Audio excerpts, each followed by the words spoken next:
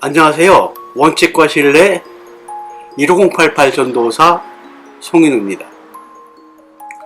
지난 5월 29일 항소심 첫 공판을 방청하고 임동표 회장 등의 1,200억 원대 투자 사기 사건이 재조명받을 수 있겠다는 기대를 가졌습니다. 판사의 주식 대금을 어디에 사용했느냐를 소명하라는 것 등으로 모아 원심 때와는 공판 진행 방향이 다르다는 느낌입니다. 그래서 그동안 원심 공판 과정을 지켜보며 왜 수많은 시간을 허위 홍보 증빙에 집중하고 형사 공판에서의 필수인 범죄 성립 여부와 자본시장법 적용이 옳은지를 등한시했는지 등의 의문을 가졌던 기자는 임동표 회장 등을 자본시장법으로 엮은 것 자체가 코미디라는 주장을 하려고 합니다. 원심 판결문에 명시된 주식 보관증이나 주식 확인 증서를 교부하고 한 구자 1000주당 일정 금액을 납부받은 행위가 자본시장법에 규정된 금융투자상품 또는 지분증권에 해당돼 자본시장법 적용을 받느냐 여부가 허위 홍보 증빙에 앞서 법리 공방이 되었어야 합니다. 그런데 임동표 회장 등의 행위가 자본시장법에 규정된 범죄 행위냐가 선행되었어야 함에도 이를 제쳐두고 허위 홍보냐만을 가지고 몇 달을 허비했습니다. 살아 움직였던 회사에서 허위 여부는 중요한 게 아니었습니다. 사업을 진행이 됐다면 허위가 아닙니다. 진행 속도는 사업에 따라 다르기 때문입니다. 범죄 행위 여부를 제쳐둔 채 허위 홍보 증빙하는 사이에 회사는 망했습니다. 이제라도 항소심에서는 기본에 충실했으면 하는 바람을 가지고 있습니다. 이미 밝혀드렸듯이 원심 판결문 범죄 일원표에 명시된 원심상의 범죄인 주식을 거래한 최초 일자는 2014년 10월 31일입니다. 그때부터 범죄가 있었다는 것이고 그로 인해 임동표 회장 등은 대전지방검찰청에서 2번 수사를 받았고 2010년 3월 21일 진정내사사건 종결, 2017년 3월 28일 무혐의 처분을 받았습니다. 이런 사건에 대해서 2017년 3월경 서울지방경찰청 범죄수사대는 악의적인 재수사를 시작했고 2019년 2월 1일 TV조선의 탐사보도 방영 이후 종전에 무혐의 처분 결정을 한 방문 판매법 위반 및 유사수신행위 위반이 자본시장법 위반으로 2019년 3월 7일 대전지방법원에 의해 구속 기소되고 4월 11일 방문 판매 등에 관한 법률 위반 사건으로 불구속 기소된 사실을 알 수 있듯이 임동표 회장 등의 주식 거래 행위가 자본시장법 적용에 해당되느냐가 사건의 핵심입니다. 단적으로 결과부터 말하자면 기자는 서울지방경찰청에서 수사하고 대전지검 특수부검찰이 공수할 때부터 특히 TV조선의 악의적인 뻥튀기 탐사보도 이후 사실이 왜곡되었다고 판단합니다.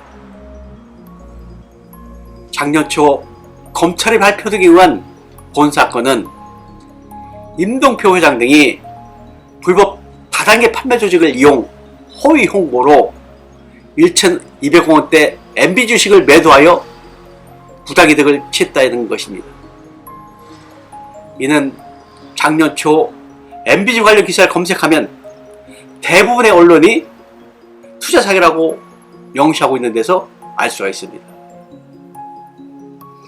한마디로 이렇게 말하자면 가치도 없는 MBG 주식을 마치 곧 상장되어 주가가 크게 오를 것처럼 허황된 거짓말을 하여 다수의 피해자들에게 비싼 가격에 팔아먹었다는 것입니다.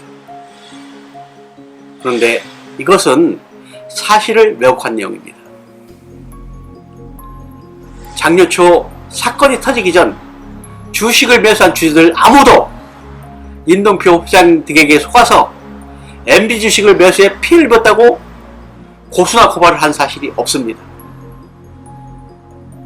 사건이 터지기 전 MBG는 공장 두세 곳이 가동 중이었고 본사 사업 빌딩에서는 월 임대료가 5천여만 원 수입돼 잘 나가는 회사였습니다. MB 제품이나 주식을 방문 판매하는 MBG 코리아 총판을 희망하는 분들로 인하여 주식 거래는 활발했으며 언제든지 취득 가격 그대로 환불을 요구할 수 있었고 환불이 이루어졌습니다. 당연히 MBG 주식을 매수한 피해자로서 고소나 고발이 있을 수가 없었습니다. 이와 같은 사실에서 검찰의 발표가 얼마나 허황되고 잘못 공소되었는지를 짐작할 수 있습니다. 원심 판결문 146조 인정사실, 판매원 가입 및 승급 체계에 주식회사 MBG 주식과 제품을 판매하는 판매원들은 한구자 1,100만원 이상의 주식 등을 구입하게 되면 총판직급의 판매원으로 처음 가입됩니다라는 적시에서 알 수 있듯이 MBG 주식 판매원이 주식 매수인이고 주주이며 MBG 제품과 주식을 판매하는 MBG 코리아의 총판 판매원입니다. 이런 사실은 구속 기소된 피고인 중 임동표 회장과 장용수 대표만 주식회사 MBG 소속이고 나머지 주식을 매수 매도한 본 사건 구속된 공동대표 등 판매원들은 모두 방문 판매 영업조직인 MBG 코리아 소속이라는 점에서 확인할 수 있습니다. 즉 한구자 1,100만원 이상의 주식이나 제품을 구입하는 것은 MBG에서 생산하는 제품이나 주식을 판매 권한이 있는 총판직급의 판매원이 되기 위한 조건이었습니다.